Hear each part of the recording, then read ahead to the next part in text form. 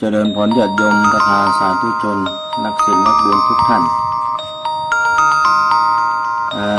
ในช่วงของเวลาต่อจากนี้ไปก็จะได้เข้าสู่ในช่องของรายการมรดกธรรมพื้นเมืองในช่วงของเวลาตั้งแต่ 16 นาฬิกาถึง 17 นาฬิกาเป็นต้นไป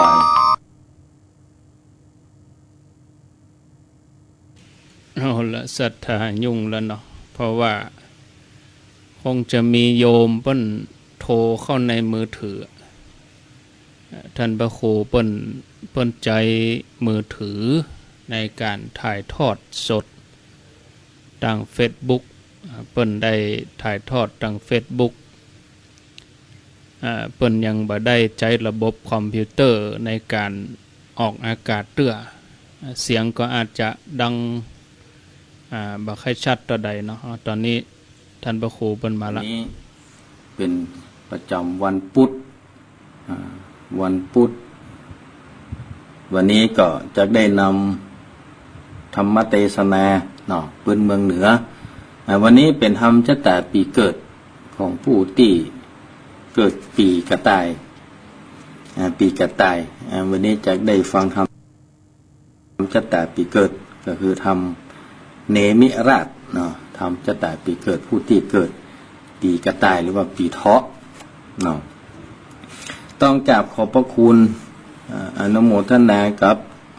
ทางสถานีวิทยุที่ได้ถ่ายทอดสัญญาณคือญาติโยมศรัทธาอยู่ในแต่ละที่รับสัญญาณของคลื่นวิทยุต่างๆได้ยินได้ฟังกันอันประกอบด้วยวัดไฝหินจังใหม่เนาะแล้วก็วัดพระบาทอุดมหรือว่าน้ำบ่อสวาอำเภอฝางก็มีมนต์เสียงธรรมจากแม่แจ่มแล้วก็วัดห้วยตองซัก จำตองที่นี่แล้วก็วัดศรีปันเงินสันปะตองแล้วก็บ้านทุ่งเรดิโอสันปะซักตูเซลที่นี่เนาะแล้วก็ผ่านระบบออนไลน์ทาง Facebook ส่วนตัวของอัตมาภาพวันนี้ก็ต้องขออภัยตะกี้ให้สัญญาณให้จะติดขัดไปหน่อยเพราะว่ามีสายโทรเข้ามาสัญญาณคงจะขาดหายไปช่วงหนึ่งวันนี้นั้นก็ถือเป็นโอกาสอันดีเนาะช่วงเวลาแรงๆมาก็มีโอกาสมีเวลาทำการทำงานพักงานช่วง 4 โมงถึง 5 โมงนี่ก็เข้าใจว่าเมื่อท่านก็คงจะใกล้จะพักงานกันละแต่ว่าผู้เฒ่าผู้แก่ผู้อวยแม่อวยเฮาซันเตอร์ก็อยู่บ้านมาได้ปัดตังใดก็เปิดวิทยุฟังการฟังเทศฟังธรรมของครูบาอาจารย์ที่ได้เทศผ่านไปหลายตนหลายองค์ธรรมภาพนี้ก็จะเป็น 4 โมงเมื่อแรงถึง 5 โมงอันนี้ก็จะได้ฟังธรรมชะตาปีเกิดซึ่งก็จะจับปริยะ12 ปีตัวนี้ผ่านไปวันนี้เข้าปีที่ 4คือชะตาปีเกิดผู้ที่เกิดปีเถาะเดี๋ยวว่าปีกระต่ายอันมีชื่อว่าเนมิราชเนาะละเนาะเพื่อเป็นการเสียเวลาเด้อครูบาอาจารย์ก็ดีแล้วก็ญาติโยมศรัทธาทุกท่านจะนิมนต์แล้วก็เจริญพรเรียนเชิญทุกท่านสดับรับฟังพระธรรมเทศนาอันมีชื่อเรื่องว่าเนมิราชเป็นธรรมชะตาผู้ที่เกิดปีเมาหรือว่าปีกระต่ายในโอกาสวันนี้ขอเชิญทุกท่านได้สดับรับฟังพร้อมกันณบัดนี้ นะโมตัสสะภะคะวะโตอะระหะโตสัมมาสัมพุทธัสสะ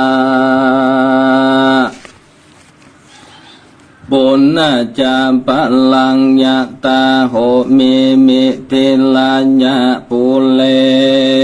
ตะเมนินามะมะหาลัญจามปันดินโตกุสลาจิตโตตันตามหานามานิจันตันนิจตุสลัง จตุโมขังตันหาตันนังปวาเตมิปังขินัลละกานินาเลติ ภกวาอันว่าพระพุทธเจ้าก็เตศนาแก่มหาสารีบุตรเทนวดูลาสารีบุตรกุตถากตาได้เกิดมาเป็นเจ้าเนมินลาดวันนั้นด้วยลำดับหลังจากวงศามาเถิงเนมิลาตนพระก็โดยญาณพระญามากนางเตียนยอมกะตำยังโกจาลกรรมปะทะสิภการได้สร้างศาลากว้านตานหกหลังเป็นต้นว่าประตูตั้งสี่ตำกังเวียงหลังหนึ่งแก้ประตูคุ้มน้อยหลังหนึ่งก่อศาลาเขาของเป็นตันวันดา600,000 คำเป็นนิดันดอนโบขาดสเปจนาสลาตันแก่เนื้อและกาตั้งไหลก็มากนักก็มินและสลามหาตานมีผ้านุ่งผ้าสบายผ้าโขมาปาดผ้าโกใส่และผ้าอุตุมปัลลางอันแปงกะแสนคำตั้งเสือสาดอาสนาที่นั่งที่นอนเต้นแก้วปั่นลังกันอันลวดปูไปโดยพระโกเจ้าต่างๆอันพระจิตและเข้าน้ำโภชนะอาหารอันพระนิต่างๆตำอันปูกัลลาผู้จักลับตันและยะถาเปเสบิโตอันว่าฟุงใจอันเข้ามาปานติบานเป็นข้าเบาเต้าพัญญาเนมิลาดนั้นก็เหตุใครใดของมาเลี้ยงลูกเมียแห่งตนและมีสารใดกูตถากันตาก็สแวงหายังผู้ที่ยันกันอันจากได้ทลัพญาสัพพัญโญเป็นภากรรมเป็นดังใจผู้ไปเสพกับโดยปัญญาเนมิลาดนั่นแลพระการหนึ่งอันว่าสัตตโลกทั้งหลายโกตถาการต่างก็เหิดโดยสัมมาบัตตมาทาอันได้ปั้มเป่งมายังตานาปาละเมแห่งตนก็เพื่อพาธนาเอาอย่างพระญาสัพพัญญูดวงพระเสถิบังเกิดเป็นพระพุทธเจ้าในโลกนี้ส่วนฝูงคนอันตั้งอยู่ในคำสอนแห่งพาญาเนมิลาดกันว่าจุติตายจากกำเนิดอันเป็นคนก็ได้เงาตนเมื่อเกิดในจันฟ้าตาวติงสาเขาก็มาพระสุมจุมนุมกันในธรรมสัมภาแล้วก็มาเจียนจ่าซึ่งกุลวิเศษแห่งมหาสัตว์เจ้าเนมิลาดว่ามาลิสาดูลาเจ้ากูตั้งหลายอันว่าเราตั้งหลายนี้กันว่าโจติตายจากกำเนิดอันเป็นคนได้เอาตนเมื่อเกิดในจันฟ้าตาวติงสาก็ได้ตั้งอยู่ในกรรมสอนแห่งปัญญาเนมิลาดด้วยกรรมมีตนว่าเราตั้งหลายบทที่แก่คนและเทวดาตั้งหลายฝูงนั้นเป็นดังปัมโปตาเจ้าเกิดมานานแล้วก็เล็งแลดูหมู่เต้าพญาเสนาอามาตั้งหลายอันได้ร้อยเหตุเมืองหากมาแบดล้อมเป็นปาลิวันแห่งตนแล้วก็คนิ่งใจว่าดังนี้ในวันนี้ก็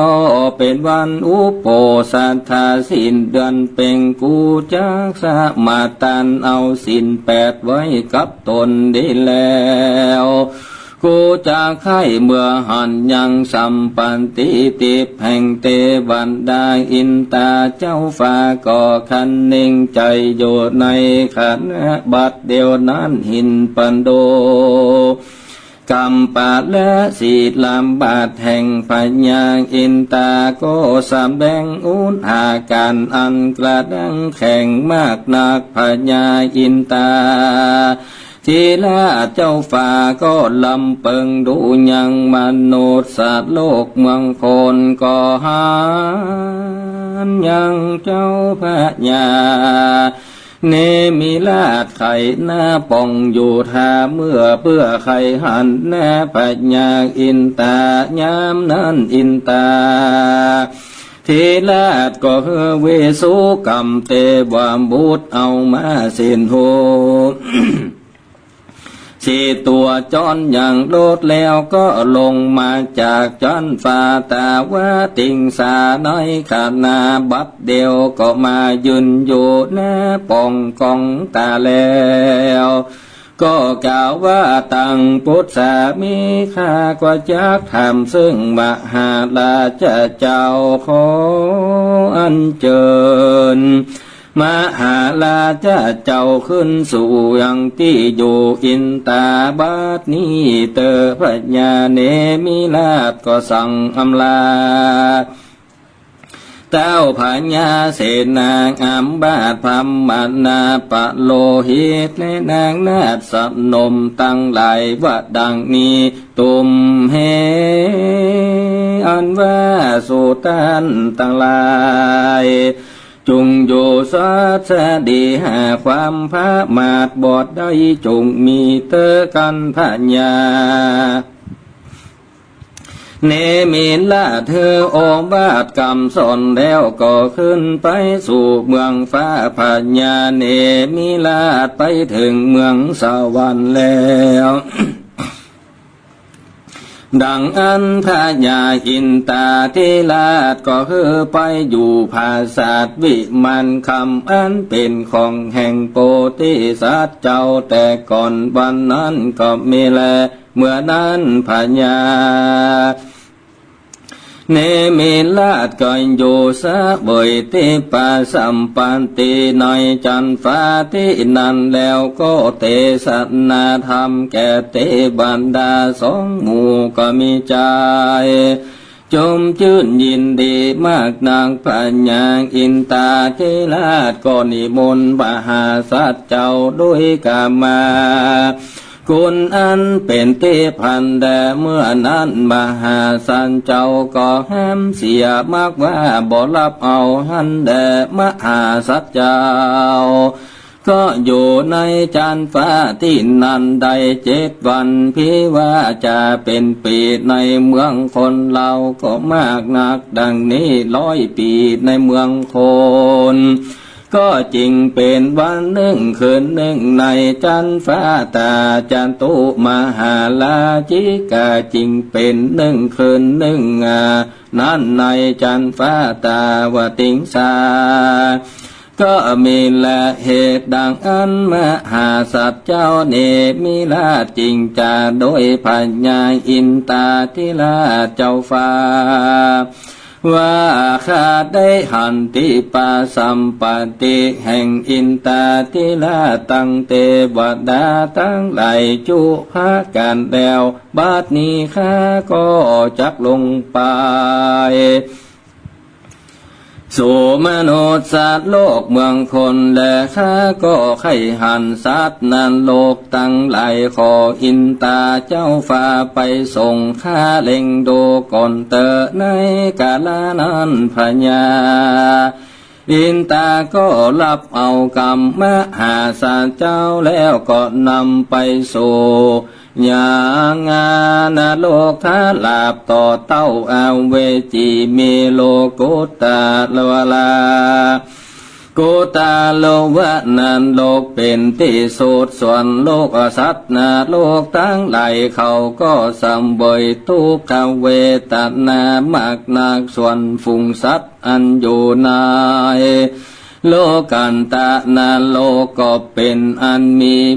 มืดมัวมากนาเขาบ่หันได้ก็ลวดคบกินจีนเลือดกันอยู่เป็นดังแม่ตั้งหลายนั่นแลแล้งห้องกินแกบกินลำอันเน่าอันเหม็นโดยวิบากอันเขาได้โลกโดยแต่จังแต่ย่อยนั้นแดสัตว์นรกนั้นอยู่ในอเวจีอันมีฐานไฟแดงน้ำตองแดงฝุ่งนั้นหากเป็นอาหารแห่งเขาจุวันแล้งห้องก็มีผ้าลวงสองก้อนมาหนีบไว้เขาบ่อาจจักหนีเสียใดสั่งเตื้อก็กินหมุดเน่าอาจมแห่งเขานั้นโจวานหันแด่พัญญาเนมิลาจริงกล่าวว่าสัตว์นาโลกตั้งหลายฝูงนั้นเขาได้กระทำกรรมอันใดจาพญาอินตาจริงแก้วสำแดงกรรมวิบากแห่งสัตว์ตั้งหลายว่าข้าแด่มหาลาตนมีเปียนสัตว์นรกฝูงโคบกินกันดูดกินเลือดกินดำกินแกบน้ำมูกเน่าเหม็นนาเมื่อก่อนเขาได้เกิดในเมืองโคนได้โลภเอาด้วยตาจังตาย่อยมาเมื่อยามซื้อไข่เมื่อซื้อป้อยเอาตาจังอันนักเมื่อไข่ป้อยเอาตาจังอันเบามาไข่นั้นแดดนาทัดนั้นเล่าพญาเนมิลาจริงถามว่าสัตว์นรกตั้งหลายอันจานรกเอาก้อนผ่าลวง สองก้อนมาหนีบไว้นั้นเขาได้การตำบาปอันใดนั้นจาพญาอินตากล่าวว่าสัตว์นรกฝูงนั้นเมื่อเขาเกิดมาเป็นคนเมื่อก่อนมีโลภะตัณหาอ่อนมากนักผู้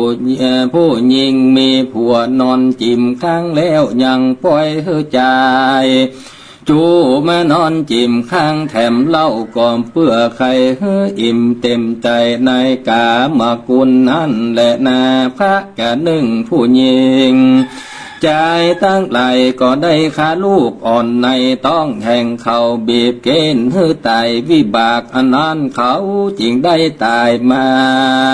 ดูดกินน้ำหมดเน่าน้ำนองพญาเนมิลาดมหาสัตว์เจ้าจริงทำพญาอินตาว่าเจ้าภิกขุฝูงนั้นเขาได้กระทำกรรมอันใดจาพญาอินจริงกล่าวว่าข้าแด่เจ้าตนมีเปียนส่วนว่าเจ้าภิกขุตนได้กระทำกรรมอันบ่ชอบโดยวินัยธรรมพระพุทธเจ้ามีลาภตัณหาคนล้างพ้องได้เสพเมถุนธรรมล้างพ้องได้โลภอำเมาเข้าของเงินคำผ้าผ่อนต้อนแด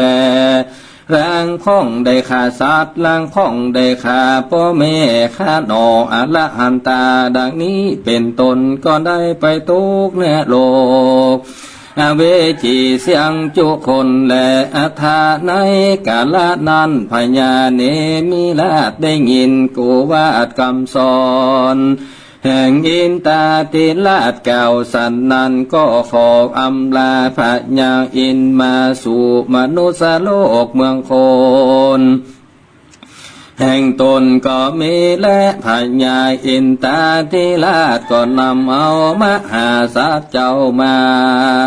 ส่งยังพระศาสลาจะมนเตียนแห่งปัญญาแล้วก็สั่งอำลามหาสัตว์เจ้าก็ขึ้นไปสู่พระศาสเวใจโยนแห่งตนก็มีบ้านนั้นแดดนาส่วนพญาเนมิลาดก็เฮติกองนั้นตาเพนเลคือคนตั้งไหลอันอยู่ในลงหลวงตั้งลูกยิงลูกใจตั้งกัญญาตั้งไหลหมื่นหูปันนางเศษนางอามาเต้าพญาน้อยเอ็ดหัวเมืองเขาก็แม่ไว้พญา เนมิลาโดยอันจมชื่นยินดีมากนักกอดนำปันนาการของฝากมาถวายปูจามากนักกันเต้าพญา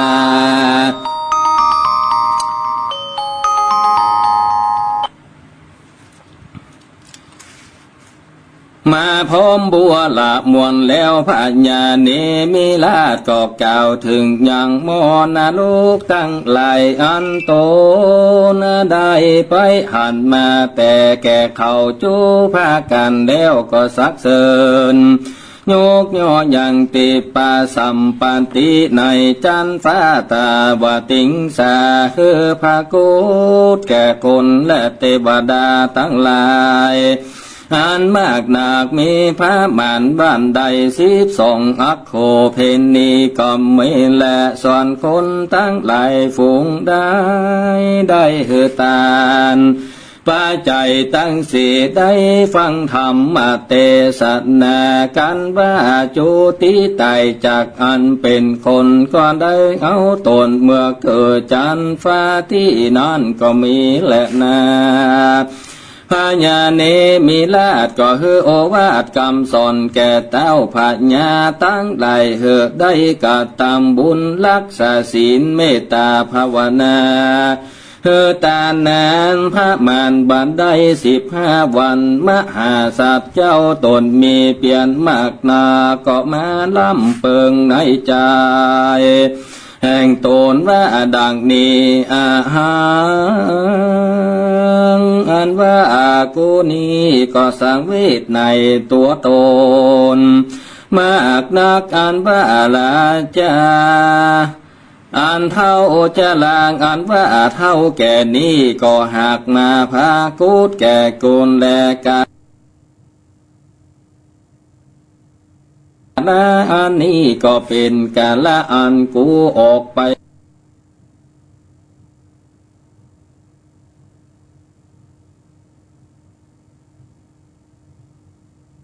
บวชพ้นจากทุกข์ได้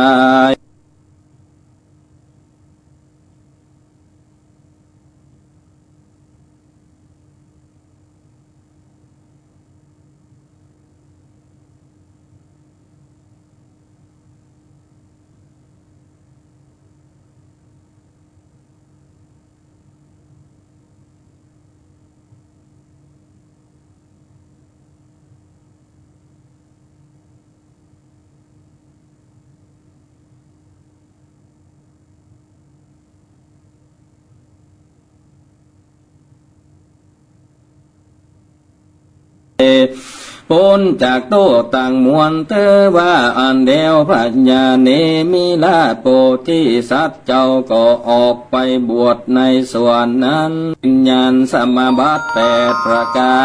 รอยู่3 ล้านอันตามอายุแห่งตนตากันว่าจุติตายจากเมืองคนก็ได้เอาตนเมื่อเกิดในนั้นแลนาสัทธามังธรรมเตสนังอาหาลิตวาสโมทาเนสิตตาสะโกอนุโลโทอะโกโอสิดังนี้เป็นโตเจ้าแก่เทวดาทั้งหลายวันนั้นคือหากมาได้มหาอนุโลทะเทนในกาลบัดนี้แลนามาตาลิเตวบุตรวันนั้นเกิดมาได้มหาอันนันตาเทนในกาลิสัตอันเหลือกว่านั้นคือหากมาได้ปฏิสัตตั้ง4 จำพวกในกาลบัดนี้แลนางอันว่าพญา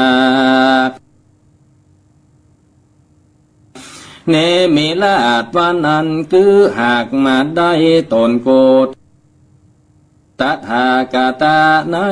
กาลอันว่าปุกะละยิ่งจาไอ้ฟูงอันเกิดมาใน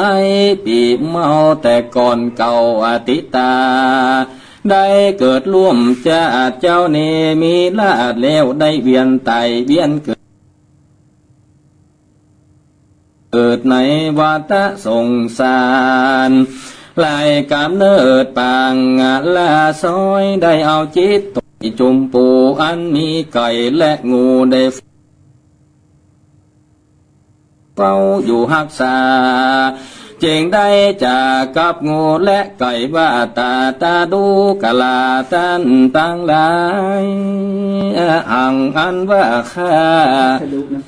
จะพาอยู่อาสะไหลกับจิมสองเจ้าก็หากบ่เปิงกวนดีเลเหตุกลัวภัยญาอุบาทกังวลอนตรายจากมาบังเกิดที่กังวลอนตราย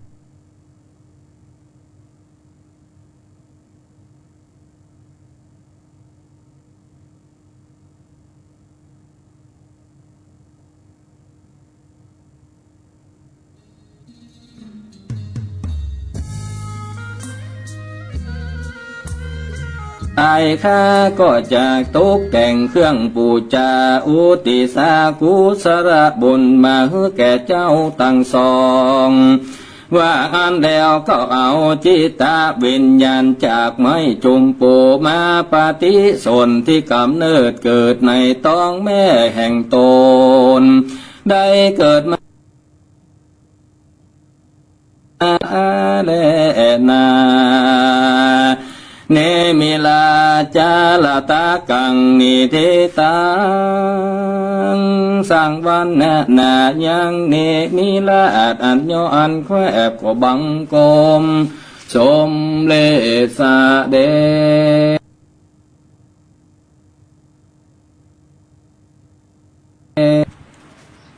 ญาติโยม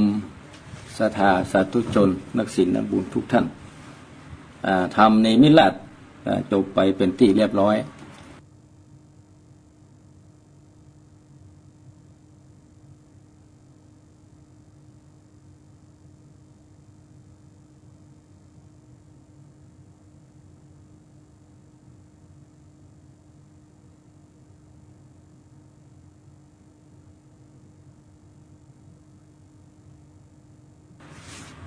กระแรงนี้ถ้าจะมีปัญหาหน่อยเนาะสัญญาณถ้าจะขาดหาย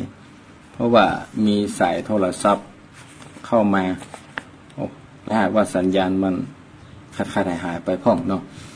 แต่ว่าวันนี้ก็แต่มาภาพได้นำพระธรรมเทศนาในมิลาดอันเป็นธรรมจัตตาผู้ที่เกิดปีเมาเต็ดจบไปเป็นที่เรียบร้อยในธรรมพระญาณในมิลาดนี้ก็ได้กล่าวถึงว่าพระญาณในมิลาดนี้เป็นพระมหากษัตริย์ตั้งอยู่ในศีลสมาราศีลเอามาปฏิบัติเป็นเนืองนิดนั่นและนอกจากนั้นก็สร้างศาลาเพราะว่าศาลากว้านตานทำบุญหรือว่าเอามาทำบุญเป็นตานเพื่อแก่บุคคลทั้งหลายตลอดจนถึงทรัพย์หมูหมาแกะไก่มดพญานิมิตนี่ก็จะทำศาลากว้านตานเพราะว่าศาลากว้านตานแต่งไว้เนาะเวลามีกลิ่นมีตานจะทำบุญก็เอาไปจุไปจำที่ศาลาเขาจะว่ามันก็คล้ายๆน่าจะคล้ายๆอย่างอย่างบ้านเฮาก็มีศาลาอเนกประสงค์ศาลาต่างๆประจำของวัดจ้ะหรือว่าหมู่บ้านกันเนี่ยเวลามีกิจกรรมมีงานต่างๆก็จะไปรวมตัวกันที่ห้านอย่างเช่นวันอย่างเฮานี่ก็อย่างศรัทธาญาติลงทานนี่ก็คล้ายๆกันก็เหมือนดังที่เฮาที่ได้ไปทำบุญเหมือนกันสร้างลงทานเป็นตานมันกับพระญาณในมิลาดนี่ก็เหมือนกันพระองค์ก็สร้างศาลาเอาไปถึง6 หลังก่อนเป็นจุดไปแล้วก็ถึงเวลานี้ก็นำเข้าป่าอาหารนำสิ่งต่างๆนำมา เอามาตั้งไว้เป็นของที่มีค่าของที่ดีหมดอันพระจิตริษนาอาหารก็เป็นอาหารที่ลดอันประณีตอันล้ำอันดีเอามาคือแก่ปุกละผู้จับรับทานเพราะนั้นถ้าเราจะว่าไปญาติโยมศรัทธาท่านทั้งหลายก็อย่างพญาเนมิราชพระองค์ได้ทำเนี่ยเราจะสังเกตได้ว่าพระองค์เนี่ยเวลาจะทำบุญเนี่ยในธรรมนี้ป้นกล่าวไว้ว่าสละทานตั้งแต่เงินทองเนาะบักขัดทำบุญตลอดเป็นเงินเป็นทองแล้วก็เข้าน้ำอาหารเสื้อผ้าอาภรณ์เครื่องนุ่งห่มผ้าสบายผ้าอย่างต่างๆที่มีก้าอันแปลงเนี่ยตั้งเสือตั้งสัตว์อัศนาที่หนังที่นอนแต่งปั่นล่างการอันปูไปด้วยผ้ากูเจ้าเดี๋ยวผ้าที่มีก้าอันงดอันงามข้าวน้ำโภชนะอาหารอันประณีตต่างๆตามอันปุกละผู้จักรับทานเพราะนั้นเฮาก็เหมือนกันญาติโยมศรัทธาทั้งหลายเนาะก็การทำบุญให้ทานอย่างเขาว่าไปนี่ก็การเฮือนี่ก็ถ้าจะเฮือมันดีนี่ก็เป็นประโยชน์ไปตั้งหน้าเนาะก็พยายามสรรหาพอกอยเอาวัตถุสิ่งของที่เขาจะเอาไปถวายทานให้มันเป็นของที่เอาใจประโยชน์ใจสอยสำหรับสมมุติว่าเขาจะเอาไปถวายให้กับพ่อแม่ครูบาอาจารย์เนาะหรือว่าพระสงฆ์สามเณรก็ดีก็เลือกเอาตามสมควรแก่ฐานะเหมาะควร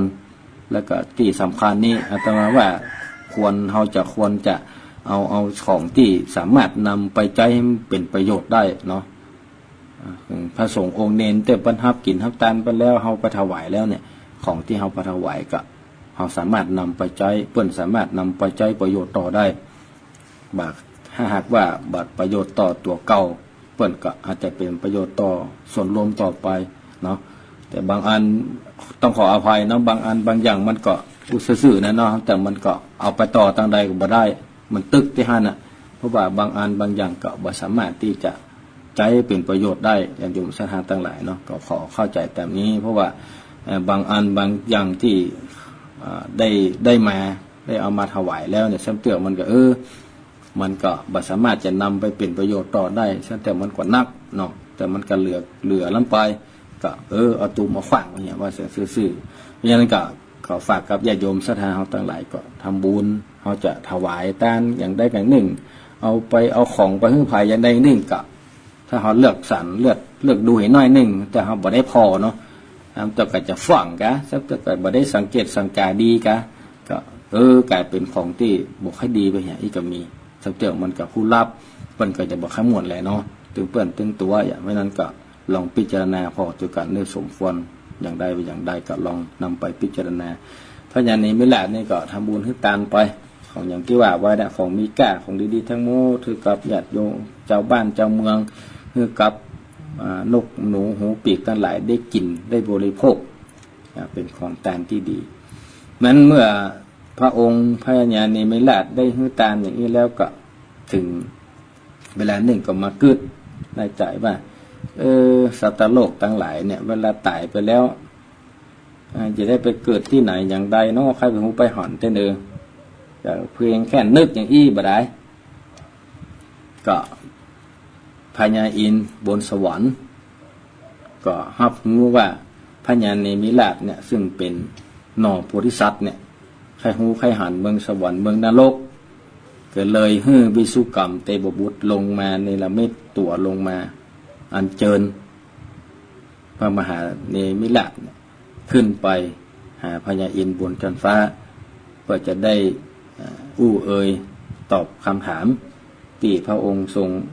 ตั้งคำถามใครหูใครหันเดียวกับโลกบนสวรรค์โลกโลกต่างหลายว่ามันจะเป็นจะได้อย่างไรก็พิสุกรรมเทวบุตรก็ลงมาฮับเอาพญาเนมิราชขึ้นไปเข้าเฝ้าพระญาอินทร์แล้วก็ได้ทูลถามกันไปมาทีนี้ก็พญาเนมิราชก็อยู่หั่นก็เหมือนนักแกเนาะเหมือนล่ะ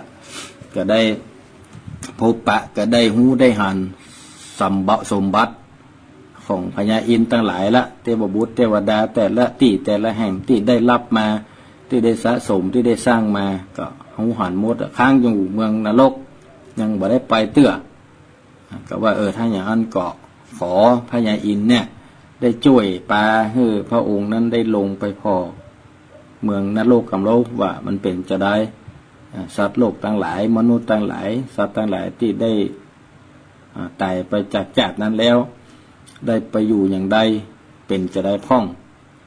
ขอให้พญาอินทร์นั้นได้ปาให้พญาเนมิราชนั้นไปพอเมืองนรกกรรมเพื่อพญาเนมิราชในไข้หันมันพญาอินทร์เมื่อได้ยินอย่างนั้นแล้วก็หับปากพญาเนมิราชก็ปาพญาเนมิราชนั้นไปสู่เมืองนรกเพื่อไปพอสัตว์นรกทั้งหลายว่าเขานั้นได้ทำกรรมทำวิบากอย่างพ้องเกิดไปตายไปแล้วเป็นหาว่าสัตว์นรกสัตว์นรกอันนี้มันเป็นจะได้เมืองนรกมันเป็นจะได้อย่างป้นว่าแต่กะอย่างเขาว่าน่ะเนาะแต่คนกับบาหารไผ่กับบุหูไผ่บาหารพญาเนมิราชก็ลงไปพอสัตว์นรกบางส่วนบางตัวก็บางที่ก็อยู่มืดที่มืดพอบาหารกันก็คบก็กินกันไปมาก็คบก็หยาดกันไปมาบางตัวบางที่ก็ไปอยู่ที่บ่มีแสงสว่างหรือว่าไปอยู่ที่ในส่วนของมีบะพานีบบะพาหลวง2 ก้อนนีบเข้าไว้ฟังได้ก็บ่ได้กินน้ำมูดเน่าน้ำหนองกินแกบ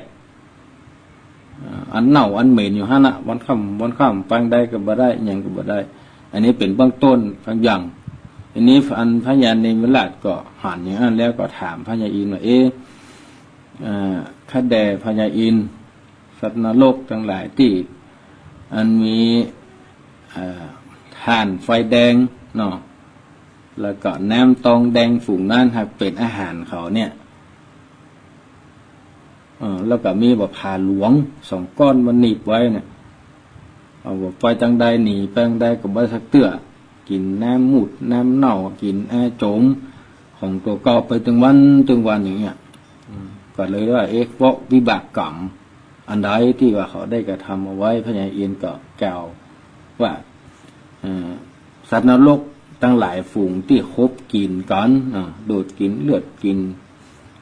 น้ำเน่าน้ำหนองกินแกบกินน้ำกันเหม็นเน่ากันไปมาอย่างนี้น่ะแต่ก่อนนี้แล้วเมื่อเกิดในเมืองโคนน่ะได้โลกด้วยตาจั่งแต่ยอยใช่ไหมพูดง่ายว่าถ้าจะว่าเขาก็คือโลกเอาตากิโลนะเนาะอย่างที่เขาเจ้าหันคีบเขาเนี่ยจั่งทุเรียนกาจั่งผลไม้ขายนะมันจึงมีนะบ่ใช่ว่ามีบ่เดียวนี้อย่าสาธุญาติโยมทั้งหลายก็มีแม้สมัยตะก่อนละโลกเอาตาจั่งแต่ยอยตากิโลซ้ำให้เนาะกิโลตะก่อนกับเดบบ่เดียวเนี่ยจะเหมือนกันแต่ก่อนเนี่ยแต่มาเคยหันอยู่ว่าที่เป็นเอาลูกตุ้มข้าวห้อยเนาะ2 แก่นถ่วงน้ำหนักกันอย่างไรหมูก็บอกเข้าใจเพื่อนจ้างเอาสำเตือกับในประเด็นนี้เป็นกิโล เป็นเลขเนาะเป็นเลขแล้วก็วิวัฒนาการมาแก่เป็นดิจิตอลแล้วประเด็นนี้เป็นตัวเลขอันนี้ถ้าว่าจะโกงกันนี่แต่มันก็ง่ายเนาะเพราะว่าคนมนุษย์ถ้าหากว่าคิดบ่ซื่อแล้วนี่สามารถทำได้หมดเป็นว่าจะโกงอย่างใดจะทำวิธีใดนี่มันทำได้หมดอ่ะขึ้นชื่อว่ามนุษย์นี่น่ะทำได้หมดทุกแบบโลภเอาในการในธรรมนี่พอบอกว่าโลภเอาด้วยตาจั่งแต่ยอยเวลาซื้อเนี่ยก็เอาแต่จั่งอันนักหน่อยว่าแปลงตากิโลมันนักให้หน่อยแล้วก็เวลาขายนั่นก็เอากิโลที่มันเบามาอันมาขายมันก็หายไปขีด2 ขีดมันก็ปล่อยให้ละเนี่ยเนาะมันก็เป็นทำที่เขาทำกันนะก็บอกฮู้นะว่าเขานี่ยังได้พ่องแต่ว่าเขาจังหันในคลิปที่เขาว่าจังกิโลจังทุเรียนกาจังอะไรอย่างต่างๆขายเนี่ยมันก็มีแต่เป็นอย่างอันแต่ แต่ไอ้หมูหอในขีดนี่มันก็ดีม่วนไปอย่างนะให้ดีกับไอ้หมูขายโกงห้องจับดีขึ้นดีไอ้คนซื้อโกงห้องกับมีแซดกันไปกับแซดกันมาอย่างนี้เป็นต้นและแหมอันนึงกับพญานิมิลาก็ถามว่าสัตว์นรกทั้งหลายเอาบ่ผ่าหลวงสองก้อนเนี่ยจากนรกเอาบ่ผ่าหลวงสองก้อนมันหนีบไว้เนาะสองก้อนเอามันหนีบไว้ตกฟังได้กันบ่ได้กินน้ำมุดเน่ากินโจมตรงก้อนอย่างนั้นนะก็ถามว่าเขาได้กระทำกรรมอันนี้อย่างไรถึงได้มาอยู่นี่กับพญาอินทร์ก็บอกว่าสมัยก่อนเมื่อเกิดเป็นโคนนั้นมีโลภะตัณหาก็อุ้งง่ายว่าผิดศีลข้อกาเมนะเนาะผิดศีลข้อกาเมก็เลยจะต้องได้มาหนีบโดนหนีบนนเกณฑ์อยู่อย่างนี้แล้วก็ที่สำคัญนี่ญาติโยมสถานต่างหลายในธรรมนี้ก็ยังบอกได้ว่า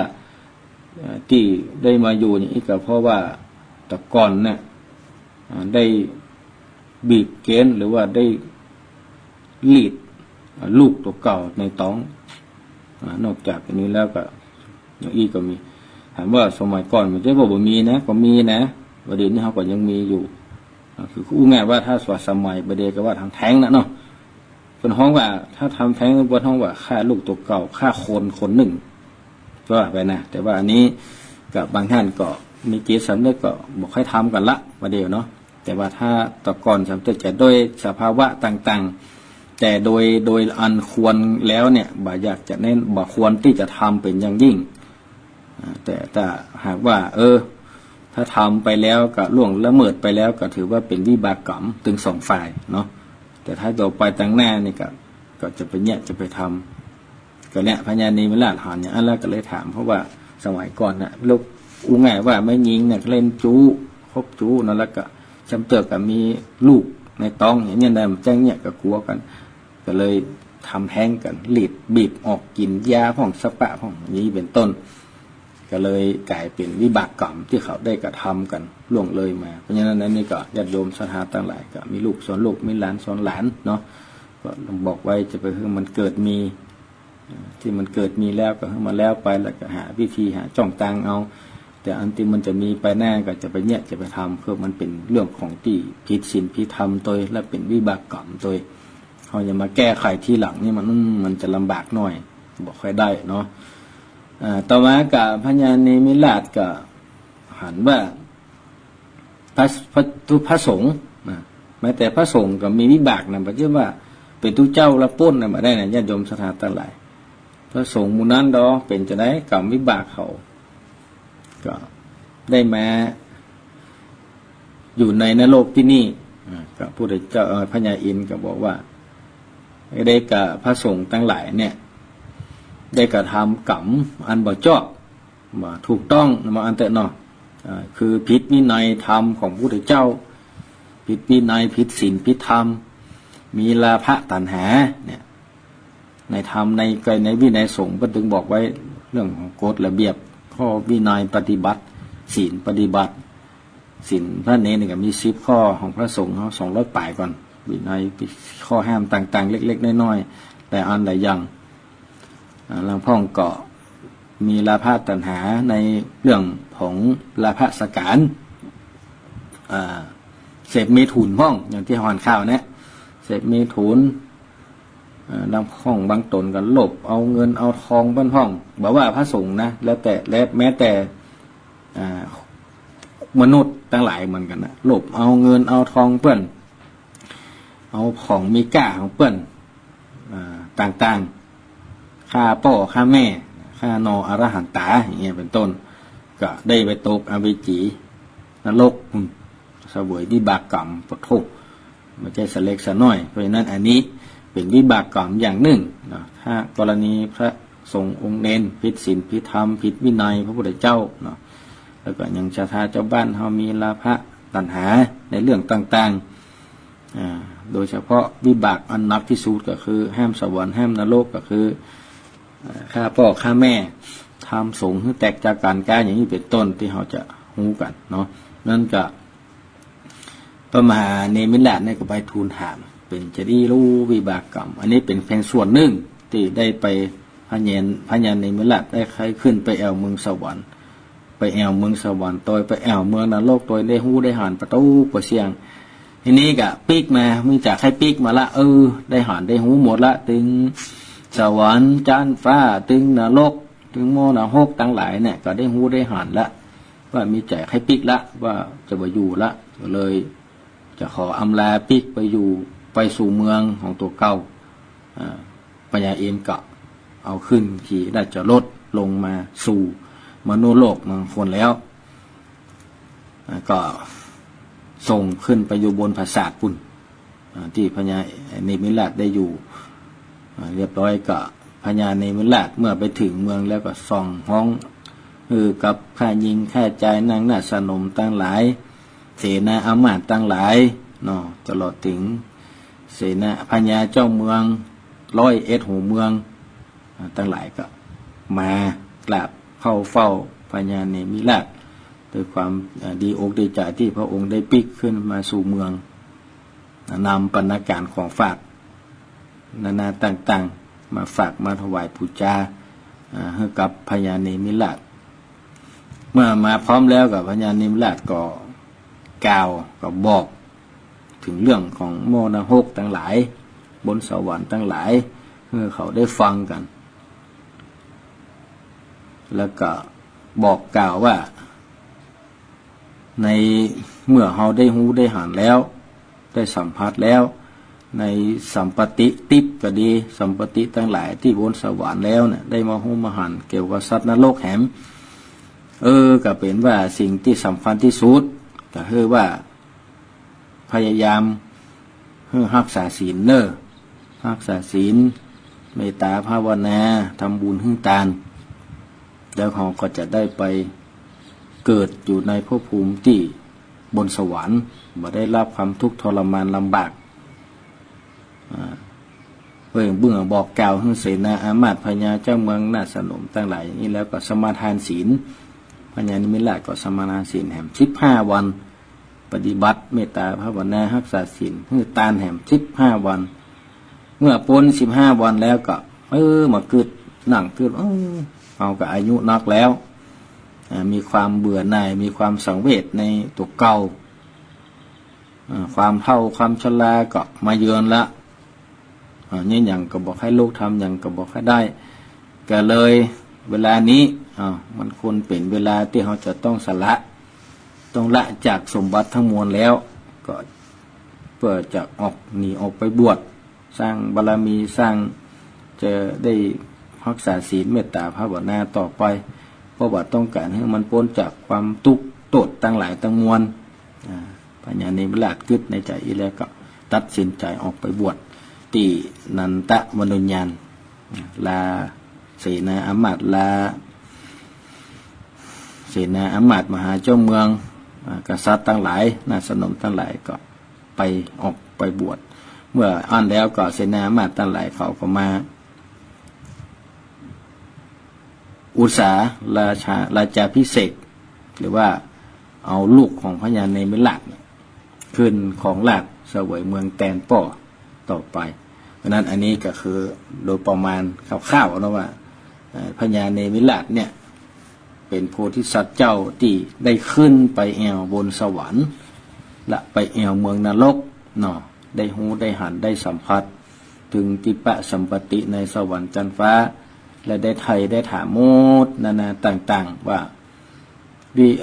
สมบัติติปทั้งหลายที่เกิดขึ้นเพราะอย่างเขาได้กระทำเพราะมันจะมีกระต่างสถานะ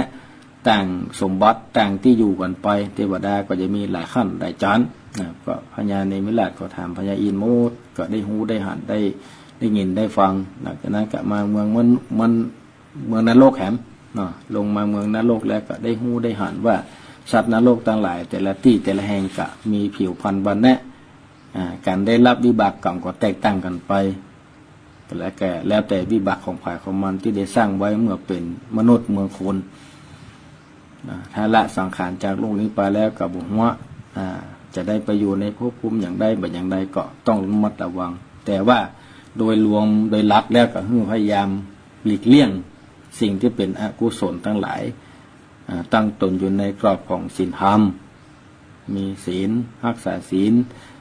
เจริญจิตภาวนาทำบุญให้ทานอย่างนี้เป็นต้นก็เชื่อแน่ว่าละสังขารจากโลกนี้ไปแล้วเราก็จะได้ไปสู่ภพภูมิที่ดีต่อไป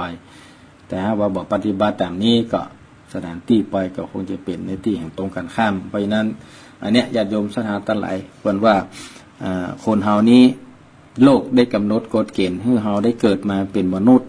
เป็นคนหนึ่งเกิดในโลกนี้ในช่วงเวลาอายุหนึ่งจึงจะเป็นกุศลบุญเก่าที่เราได้ทำมาและเราได้เกิดมาในโลกนี้ปัจจุบันนี้ได้หูได้หันได้สัมผัสได้อันใดอย่างมีพ่อมีแม่มีลูกมีเมียมีพี่มีน้อง มีข้าวของสมบัติมีเคหสถานมีเครื่องใจไม้สอยต่างๆตามสมควรตามยุคตามสมัยก็เพราะว่าบุญกุศลเก่าที่เราได้ทำไว้นั้นเมื่อเป็นอย่างอี้แล้วเนี่ยเขาก็ควรที่จะรักษาสิ่งเหล่านี้ไว้ให้ดี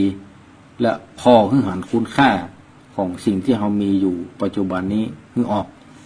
ถึงวันนี้เราเป็นตุกเพราะว่าเราพอของที่เรามีอยู่มามีแก่เนาะไปเพราะว่าพอข้ามหรือว่ามองข้ามความสำคัญไปเหี้ย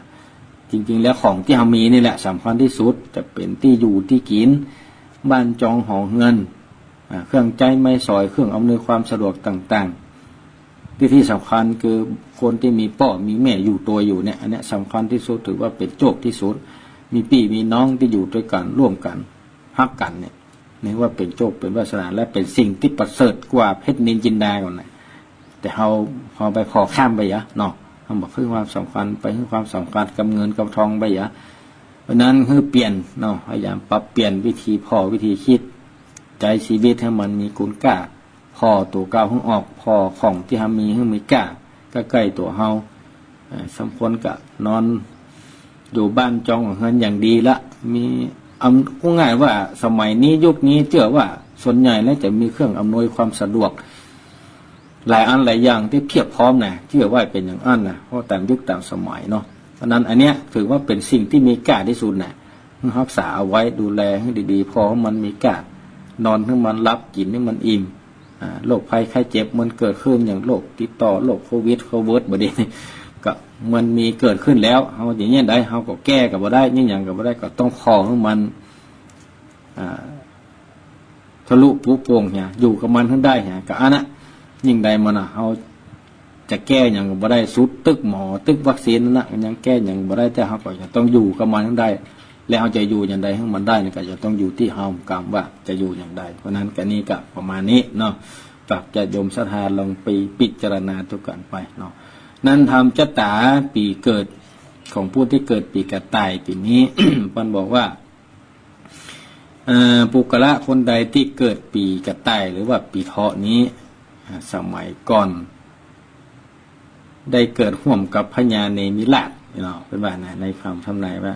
เกิดร่วมพญาเนมิราชแล้วได้มาเวียนว่ายแต่เกิดในวัฏสงสารหลายกำเนิดปางสุดท้ายนี่ก็ได้เกิดเอาจิตตนเนี่ยไปอาศัยอยู่ต้นไม้ชมพูอันมีก่อยกับงูได้เฝ้ารักษาอยู่แล้วก็จึงได้อู้จากันว่าในไปทางหน้านี้ถ้าหากว่ามีอันตรายกังวลมีโรคภัยไข้เจ็บเกิดขึ้นเนี่ยก็จะขอเอาเครื่องสังเวยเครื่องปูจานี้มาถวายอยู่เย็นเป็นสุขนี่น่าจะยังว่างป้อนอาจารย์ที่ประสงค์พอเกิดไม่เกิดการส่งอย่างโมเนี้ยเนาะแต่ละปีมันจะมาเหมือนกันหรอกปั้นหุบนั้นหุบนี้เนี่ยมันเป็นห้องบัตรตำนานมันสืบต่อกันมาได้สร้างศาลาเรียกว่าศาลาเป็นตาลไม่ใช่ศาลาปราสาทสร้างปราสาทนี้